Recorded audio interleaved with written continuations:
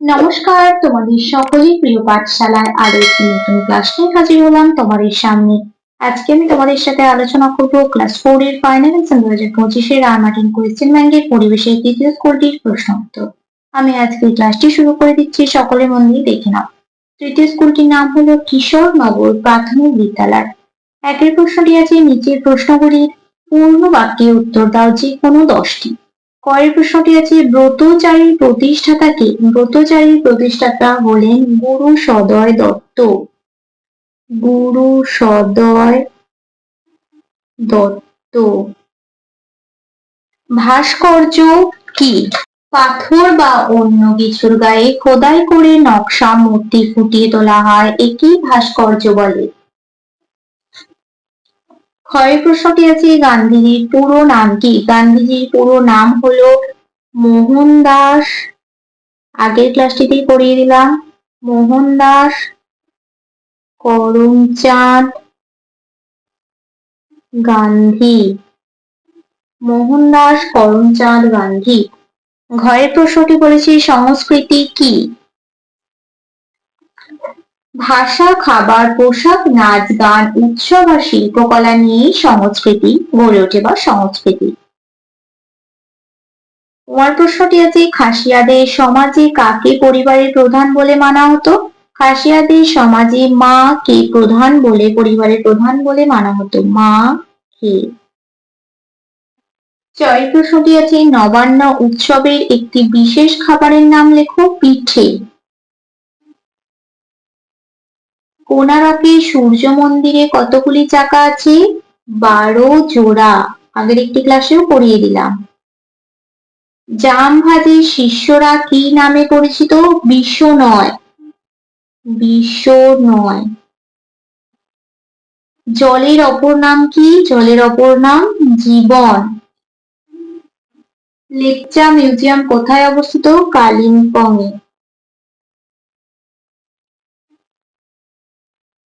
একটি সামাজিক পতঙ্গের নাম লেখো।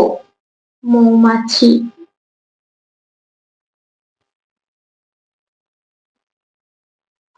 দুই প্রশ্নটি বলেছে, দেখো শূন্যস্থান পূরণ করো, যে কোনো 5টি, আমি প্রত্যেকটি করে দেখাবো। কি বলেছি, কয়েকটা বেথুয়া একটি ড্যাশ গ্রাম। বেথুয়া একটি 7 গ্রাম। তোমাদের বইতে দেওয়া আছে, তোমরা দেখে নিও। ক্ষয়ের প্রশ্নটি আছে, ধোঁয়াতে থাকা সবচেয়ে বিষাক্ত গ্যাস হলো? ধোঁয়াতে থাকা সবচেয়ে বিষাক্ত gas carbon monoxide. Carbon monoxide. Dash শব্দ থেকে ইংরেজি পেপার শব্দটি এসেছে? প্যাপিরাস। প্যাপিরাস শব্দ থেকে ইংরেজি পেপার শব্দটি এসেছে।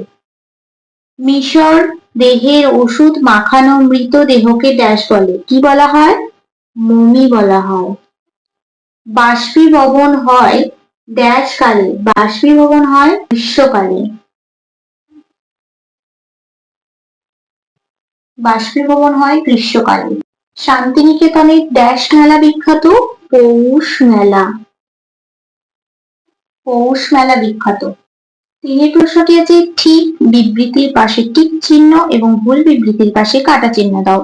সমাজ পরিবারের থেকে বড় হয়। ঠিক।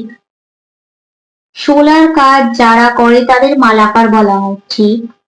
প্রথম চালু হয়েছিল বেচা কেনা প্রথা। ভুল। বাউল গান মানে রবীন্দ্রনাথের গান? না, ভুল। মরুভূমি অঞ্চলে চাষবাস ভালো হয়। ভুল। চারের প্রশ্নটি আছে, সঠিক উত্তরের নিচে দাগ দাও। মানুষ প্রথম ঘোড়া, গাধা না কুকুরকে পোষ মানিয়েছিল? কুকুরকে। ইনস্যাট একটি তারা, গ্রহ না কৃত্রিম উপগ্রহ? কৃত্রিম উপগ্রহ। পুঁথি লেখা হতো তাল, বাঁশ না শাল পাতায়? তাল পাতায়। ভারতীয় জাদুঘরটি দিল্লিতে, কলকাতায় না চেন্নাইতে অবস্থিত? কলকাতায়। পৃথিবীর পৃষ্ঠের 4 ভাগে 1, 2 না 3 ভাগ জল?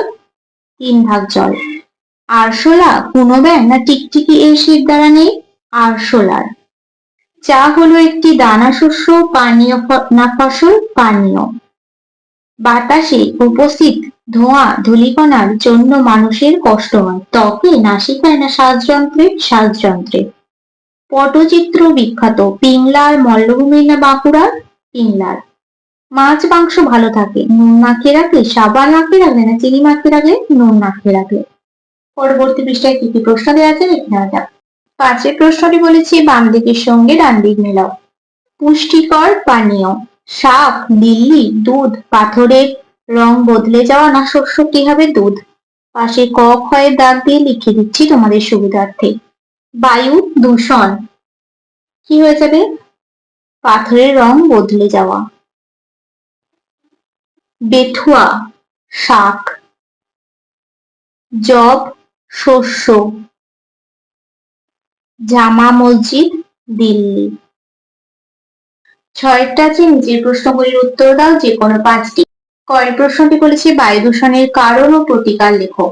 বায়ু দূষণের কারণ: কলকারখানার ধোঁয়া, যানবাহনের ধোঁয়া, জীবাশ্ম জ্বালানির দহন, বনাঞ্চল ধ্বংস, আগ্নেয়গিরির অগ্নুৎপাত ইত্যাদি।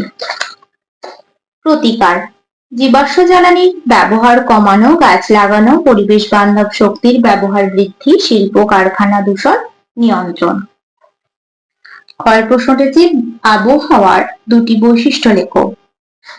আবহাওয়ার দুটি বৈশিষ্ট্য হলো আবহাওয়ার নির্দিষ্ট স্থানের বায়ুমণ্ডলের তাপমাত্রা, আর্দ্রতা, বায়ুচাপ, বৃষ্টিপাত ইত্যাদি দৈনিক অবস্থা নির্দেশ করে। দুই, আবহাওয়া প্রতিনিয়ত পরিবর্তিত হয় এবং এর পরিবর্তন স্বল্প সময়ের জন্য হয়। গয়ের প্রশ্নটি আছে তৃণভোজী ও মাংসাশী প্রাণী কাকে বলে? উদাহরণ দাও। তৃণভোজী প্রাণী যে সকল প্রাণী শুধুমাত্র উদ্ভিদ বা উদ্ভিজ্জ খাদ্য গ্রহণ করে জীবন ধারণ করে তাদের তৃণভোজী প্রাণী বলে। উদাহরণ গরু, ছাগল, হরিণ ইত্যাদি।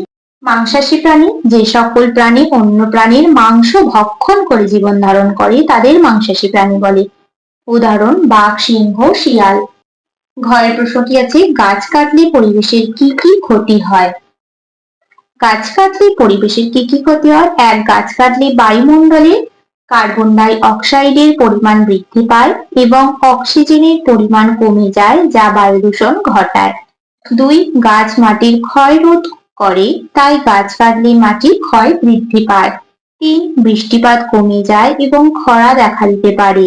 চার, অনেক প্রাণীর বাসস্থান নষ্ট হয় এবং জীববৈচিত্র্য হ্রাস পায়। প্রশ্নটি আছে সাইকেলকে কেন পরিবেশ বান্ধব বলা হয়? সাইকেল চালাতে কোনো জ্বালানির প্রয়োজন হয় না, তাই এটি কোনো ধোঁয়া বা ক্ষতিকারক গ্যাস নির্গত করে না, ফলে বায়ু দূষণ হয় না। দুই, সাইকেল চালানোর ফলে কোনো শব্দ দূষণও হয় না। তিন, এটি শারীরিক স্বাস্থ্যের জন্য উপকারী। এই সকল কারণে সাইকেলকে পরিবেশ বান্ধব বলা হয়। ছয় প্রশ্নটি বলেছে আগুন ব্যবহারের ফলে মানুষের কি কি সুবিধা হয়েছে? আগুনকে সব পশু পাখি ভয় পায়। মানুষ বন্য পশুর হাত থেকে বাঁচতে আগুনের ভয় দেখাতো। আগুন থেকে আলো হয়, তা দিয়ে অন্ধকারেও চলাফেরা করা যায়। আর আগুন নানা কিছু পোড়াবার ফলে অনেক কিছু শক্ত হয়, অনেক কিছু আবার গলে যায়। সাতের প্রশ্নটি আছে নিচের প্রশ্নগুলির উত্তর দাও যে কোনো দুটি। তিনটি লিখে দেখাচ্ছি। ক এর প্রশ্নটি বলেছে নোংরা জলের চারটি ক্ষতিকারক প্রভাব লেখো। নোংরা জলের চারটি ক্ষতিকারক প্রভাব: এক, নোংরা জলে রোগ সৃষ্টিকারী জীবাণু থাকে যা পান করলে কলেরা, টাইফয়েড, আমাশয় ইত্যাদি রোগ হতে পারে। দুই, এই জল ব্যবহার করলে চর্মরোগ হতে পারে। তিন, নোংরা জল পরিবেশে দূষণ ছড়ায় এবং জলজ প্রাণীর জীবন বিপন্ন করে। চার, কৃষি ক্ষেত্রে নোংরা জল ব্যবহার করলে ফসলের ক্ষতি হয় এবং মাটি দূষিত হয়। ক্ষয়ের প্রশ্নটি আছে শিল্প কয় প্রকার ও কি কি? প্রতিটির একটি করে উদাহরণ দাও।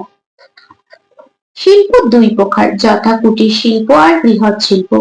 কুটির শিল্পের উদাহরণ তাঁত শিল্প, মৃৎশিল্প ইত্যাদি। বৃহৎ শিল্পের উদাহরণ ইস্পাত শিল্প, বস্ত্র শিল্প ইত্যাদি। গয়ের প্রশ্নটি আছে সত্যাগ্রহ আন্দোলন কি? কে এই আন্দোলন শুরু করেন? সত্যাগ্রহ আন্দোলন গান্ধীজি মনে করতেন সবসময় সত্য আচরণ করাই মানুষের কাজ। সত্য কথা বলা, সৎ ও সহজ সরল জীবনযাপন করার উপরে গান্ধীজি জোর দিতেন। সবসময় সত্যের জন্য আগ্রহ বা উৎসাহ থেকেই সত্যাগ্রহ কথাটা এসেছে। এই আন্দোলন শুরু করেন গান্ধীজি, এই আন্দোলন শুরু করেন। তাহলে আজকের ক্লাসটি এই পর্যন্তই। খুব তাড়াতাড়ি আরো একটি নতুন ক্লাস নিয়ে হাজির হবো তোমাদের সামনে। যদি তোমাদের আজকের ক্লাসটি ভালো লেগে থাকে তাহলে অবশ্যই লাইক, কমেন্ট, সাবস্ক্রাইব এবং শেয়ার করতে ভুলবে না।